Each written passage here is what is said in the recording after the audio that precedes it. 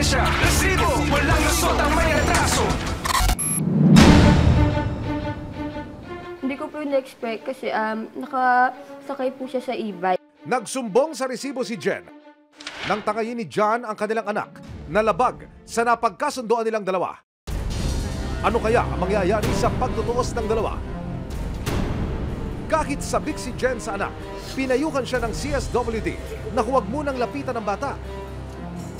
Ibinigay ng Taguig City Social Welfare Development Office o CSWD ang demand letter kay John. Pwede po, hintayin na lang po bukas. Nakapirma siya, ma? Nakapirmahan niya po yung receiving copy. Nasa kanya na po yung letter. Kasama ko po ngayon si Jen, ang tumatayong complainant. Nung isang araw, nagpadala po ng tinatawag na demand letter ang City Social Welfare Office. Dito po sa dating kapareha ni Jen at ngayon po yung itinakda nilang petsa ng paghaharap. At sa ating impormasyon, narito na po sa Taguig City Hall yung pinadalhan ng demand letter, yung dati niyang kapareha para kung sila'y magkapaliwanagan, sila'y mag-usap sa harapan ng mga kinaukulan para once and for all, maresolba ni Jen ang kanyang problema, pati yung kanyang hinaing. Marespondihan at matugunan ng mga kinaukulan. Sa tanggapan ng CSWD, pinapasok si Jen sa isang silid. Makapiling na kaya ni Jen ang 2 taong gulang na anak na nawalay sa kanya? Sa Family Code of the Philippines, nakasaad na dapat nasa kustudiya ng ina ang mga anak na below 7 years old, maliban na lang kung may nakitang dahilan ng korte para hindi ito ipagkatiwala sa ina. Sa batas po din natin, kapag hindi po married ang isang nagsasama, di ba, live-in partner, wala pong tinitingnang edad doon. So, ang custody po ay sa nanay lamang. Ang paliwanag naman ni John. Mali rin po yung ginawa ko yung bata, pero bilang ama po, masakit po na napapabayaan doon ang payat po kasi. Sa akin na lang po bumigat yan Pag ginawakan niyo po yan, sobrang gaan, ang payat po. Anong salubin mo? Anong masasabi mo dito sa kinahantungan initially ng iyong reklamo? Gusto ko lang po na ibigay niya po yung full support na hinihingi ko. Hindi lang po sa bibig ko na una, kundi rin po sa dinadala ko.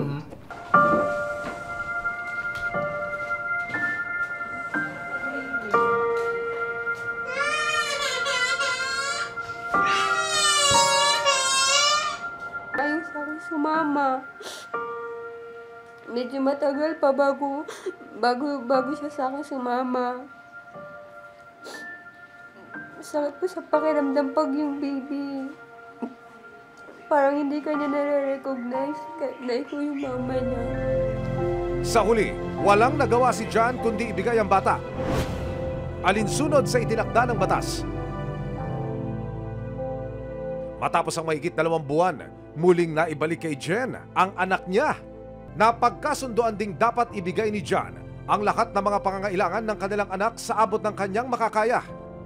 Doon lang kasi ako sa kapakanan ng mag-ina mo muna. Kami ba'y makakaasa na magiging payapa na sila sa mga susunod na araw? Hindi na sila pupunta sa amin para mag-report o magsumbong ulit? Opo. Mangako po na Tapos, yun, binigay ko naman yung pangangailangan ng bata Okay naman sa akin. So nga lang, mali nga po yung ginawa ko.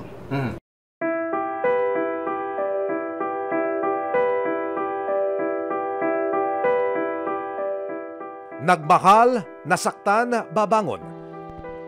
Natuldo ka na ang pangungulila ni Jen sa kanyang anak at sisikapin daw niyang bigyan ng bata ng magandang bukas, kabiling siya.